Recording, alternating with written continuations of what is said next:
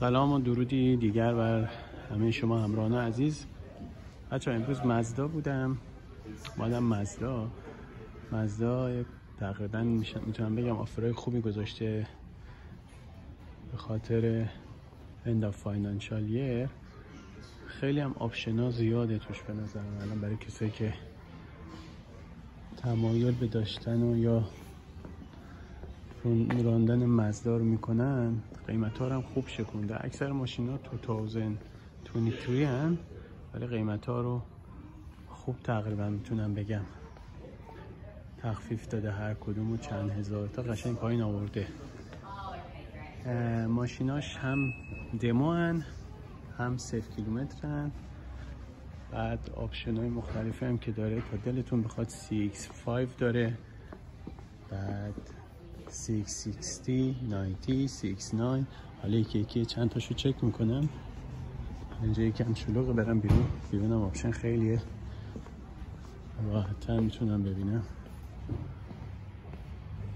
6 خب بیشتر الان اینو 10,000 تا کم کرده. این یوتا رو تقریبا 10,000 تا کم کرده. برم آپشن ها بیرون رو چک کنم. تا SUV ها خب یه چند تا 6.5 ببینیم. اول 6.5 ها رو ببین. الان این 6.5 قرمزه صفر، بلاک نداره، دمو هم نیست. GT 56,000 تا بوده کرده 48,900. این 49 تا تقریبا 7,000 تا قیمت رو پایین آورده که به نظرم خیلی خوبه قیمتش برای کسایی که تو این رنج ماشین رو دوست دارن. قیمت منطقیه با توجه به مارکت. این GT تقریبا فول آپشن، 2-3 تا آپشن کمتر از تاپ آف رنجش داره که خب سانروف هم داره. واقعا نمیدونم این چرا مزدا با این همه تبلیغاتی که میکنه، ببین سانروف قدیمی کوچولو پانورامیک نکرده، ولی خب کیفیت متریال و کابین برای یه ماشین مثلا 49,000 دلاری نسبتا مناسبه با این قیمت. البته این ماشینه اگه چند ماه پیش می اومدی همینو شاید 56 هفته کمتر نمیگفتن، 6 ماه پیش 8 ماه پیش، ولی الان این خوره قیمت ها رو پایین آوردن. خب این GT سیستم صوتیش باز هست، ارزم به حضورتون صندلی چرم، اکثر آپشن ها رو داره نسبت به اکرا که فول تاپ آف رنج هست. تو این 6.5 2-3 تا آپشن کمتر داره. اون یکم رنگ صندلیاش متفاوته و یه 2 تا آپشن دیگه، ولی اکثر آپشن ها رو داره. موتورشون هم اینا 2.5 فکر کنم، هم توربو داره هم 2.5 معمولی. قیمتش ولی خوبه واقعا، مثلا 49,000 تا قیمت درایو ویشه که قیمت منطقی. خب حالا چند تا دیگر هم ببینیم برای کسایی که ماشینای کوچیک‌تر هم دوست دارن. حالا مزداهای مزدا 3 یا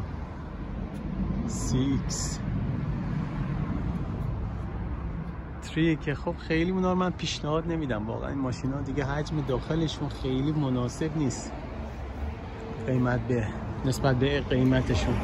لذا با توجه به اینکه خیلی SUV هم پاپولار ترن، به نظرم خیلی منطقی تره که هر که میخواد اینا رو بخره 630 رو مثلا بخره، بهتره که یه 6.5 حداقل بخره. قیمتم 38,000.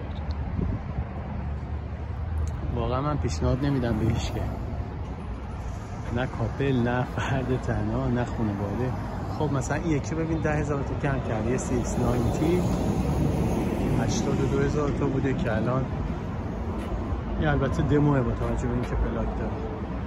690 هم فکر کنم این موتور انجین 6 سیلندر 3.5 توربو هست. خب داخل هم که کلا شبیه همه، یعنی هم ظاهر بیرون تقریبا شبیه همه، هم داخل. سایز ماشین بزرگتره، کار جدید مزدا 660 و 690. خب امسال از پارسال این اومد تو بازار و جالبه که من الان صحبت میکردم داخل مدل CX-9 و CX-8 رو که ماشینایش 7 صندلی و بزرگش بود مازدا الان دیگه از سال گذشته تولید نکرده و جاش رو داده به CX-60 و 90 و به نظرم یه ترفندیه برای بالا بردن قیمته. اگر میتونست همونو بگه مثلا اینو که تولید میکنه بگه اونو آپدیت کردم یا فیس لیفت کردم با 5000 تا 10000 تا بیشتر بفروشه، ولی الان 690 فول آپشن صفر بخوای داخل بپرسی یه چیزی معادل $100,000 که خب تقریبا خیلی مردم راضی نبودن از این قیمته و این ماشین. اولش هم که اومده بود یه مانوری بود میاد تو بازار، ولی که الان دیگه نه خیلی، چون آپشن‌های مختلف هم زیاد داریم با این قیمته. این الان آکراست، قیمتش هم همینطور که می‌بینین کرده 55000 تا، صفر هم هست و خب آپشنایی هم که تقریبا داره دیگه فول دیگه، دوربین کامera 360 و تیلگیت برقی و این معمولی مازدا که با این قیمت 55000 تا. خب رقیبای این ماشین الان با 55000 تا و این سایز تو بازار استرالیا خب الان کم هم نیستن. میتونم بگم که کره هستن، هیوندای توسان یا کیا اسپورتیج.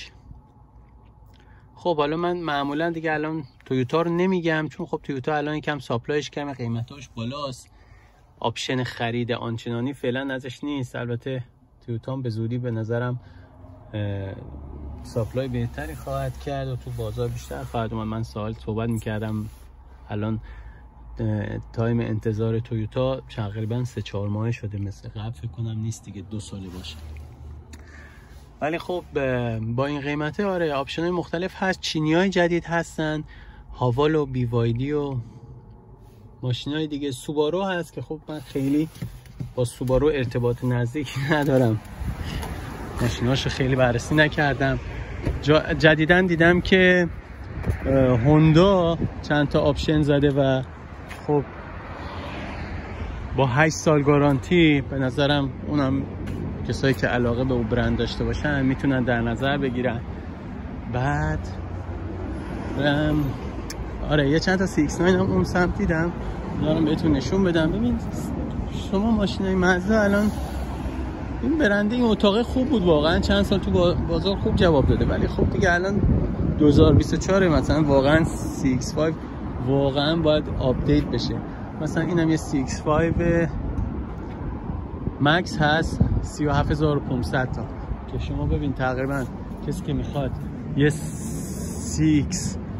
بگیره 38000 تا واقعا. حالا خب این احتمالاً آپشن داره، یکم احتمالاً جز ماشینای آپشن دارش باشه. خب اینم مثلا باز 40000 تا، ولی این مکس رو که موتور 2.5 داره و با آپشنای کمتر میتونه بگیره 37000 تا که واقعا قیمت خوبی هم هست به نظرم برای این ماشین، قیمت مناسبی. البته همینم چند ماه پیش زیر 43000 تا نبود که خب میبینید دیگه صندلیش چرم نیست و آپشناش کمه، ولی تقریبا میتونم بگم اگر که انجین اون آکرا و جی تی توربو نباشه موتورشون هم شبیه هم و اینم دمو هست، اینم دمو 37500 قیمتش هم خوبه، این یکی هم 660 قیمت 63 که حالا جالبه اونجا یه 660 دیگه هم هست بهتون نشون میدم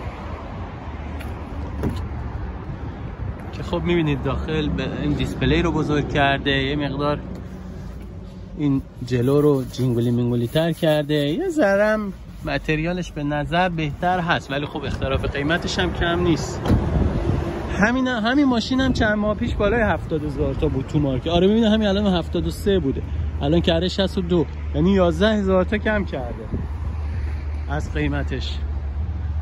بعد دیگه خب ببینیم یه CX-5 دیگه جی تی 51000 تا که واقعا خب این رنگم خیلی جذاب نیست دیگه، یه گری به نظرم مشکی باز بهتره، میگی مشکی خریده. بعد الان این CX-5 40000 تا، اینم مکسه. هم یه چند تا یوتا هم هست، حالا کسایی که علاقه به وانت دارن یا نیاز دارن یا میخوان بگیرن رو اونام آف گذاشته. ببین اینو 10,000 تا کم کردن. اینا موتورشون 6 سیلندر 3.3 لیتر، 3.3 لیتر، موتورهای انجینای قوی داره. بعد الان مازدا تو دو سه تا از مازدا رو من چک کردم، دیدم اکثرا این آفر آخر سالیه رو دارن. آره مثلا اینو میخواستم الان بگم، حالا باز یکم اومده قشنگ قیمتا رو شکونده. این CX-60 مثلا قبلا بوده 67,000 تا، خب الان 53,800 تا، این 12,000 تا کم کرده قیمتشو. خب نخریدن که کم کرده، اینم دموه، چون تو بازار یکم اولش تبلیغات روش زیاد بود ولی بعد یه ذره گذشت استقبال خیلی شدیدی نبود ازش. ببین چقدر ماشینا همه شبیه همه، یعنی قشنگ الان شما ببین آپشنام که خب هم داخلم آره همونو، حالا این نمیدونم که واقعا جی تیه یا چیز. اینم موتور 3.3 لیتر داره، 6 سیلندر داره و 2.5 دیزل هم فکر کنم این موتور داره که خب من شخصا خودم اصلا موتورهای دیزلی رو دوست ندارم، ولی دیگه هم اصلا علاقه دارن یا دوست دارم، ولی من خودم واقعا موتورهای دیزل رو دوست ندارم. یا مثلا این یکی باز ببین 12-13,000 تا کم کرده، اینم احتمالاً آره اینم یه CX-60 که آره آپشناش بیشتره، مثلا حدود 13,000 تا. الان این از این گرونتره به خاطر آپشناش، شاید انجینشون هم مثلا اون توربو باشه اون معمولی. ولی خب آره کسایی که علاقه دارن الان ماشینای مازدا رو بگیرن، قیمت‌ها به نظرم منطقی خوبه. اکثر ماشینا 2023 اینام که پلاک دارن اینا همه دمو هن که خب الان 60,000 تا، اکثرا CX-9 و CX-8 که اینا دیگه دیسکانتینیو هن و دیگه تولید نمیشن از پارسال. اینا هم گذاشته که بفروشه بره و خودش رو راحت کنه. و هم الان ببین دقیقا میتونست بگه این CX-9 اون CX-90 همین ماشینه، ولی خب آپشناش عوض کرده، بعد اومده قیمت رو 30,000 تا بالاتر برده. ولی خب اینا رو هم دیگه جمع میکنه و به اسم جدید میفروشه. ولی خب الان چیزی که به نظرم مازدا متوجه شد، با اون قیمته نمیتونه ماشینا رو بفروشه، چون الان رقیباش هم خب الان دیگه کم نیستن. الان CX-90 یا همون CX-9 رقیباشو من الان فیلماشو گرفتم، سانتافه 2024 یا حتی اسپورتج، آپشن خیلی زیادی که الان دیگه رو 7 صندلی‌ها داریم، همه واقعا ماشینا خوبی ان، قیمتاشون هم خیلی خوب و منطقی به نظر میاد، آپشناشون هم همه بیشتر از این ماشینای مازدا. شما ببین امروز یه ماشین 70-80 هزار دلاری بخری و یه سانروف معمولی، یه سقف پانورامیک نداشته باشه و یه سانروف قدیمی باشه، خب واقعا یه خورده تو ذوق میزنه. و اینم باز یه ماشین 7 سیته که خب آپشناش تا جلو تقریبا داشبورد شبیه داشبورد و فرمون، ولی خب متریال نسبتا میگم مناسبه، چرم خوبی داره. و اینم ردیف صندلی سوم که میبینید خب جا دارم هست، بد نیست. ماشین نسبتا محبوبی هم هست. الان توی استرالیا خانواده ها تقریبا زیاد ماشین، یا مثلا CX-8 که خب یه ذره از اون جمع و جورتر و تفاوت‌های تو انجینش داره. امیدوارم هر جا هستین شاد باشید، یه ماشین خوب و خوشگل بتونید بگیرین، اون چیزی که دوست دارین. روز خوش، خدا نگهدار.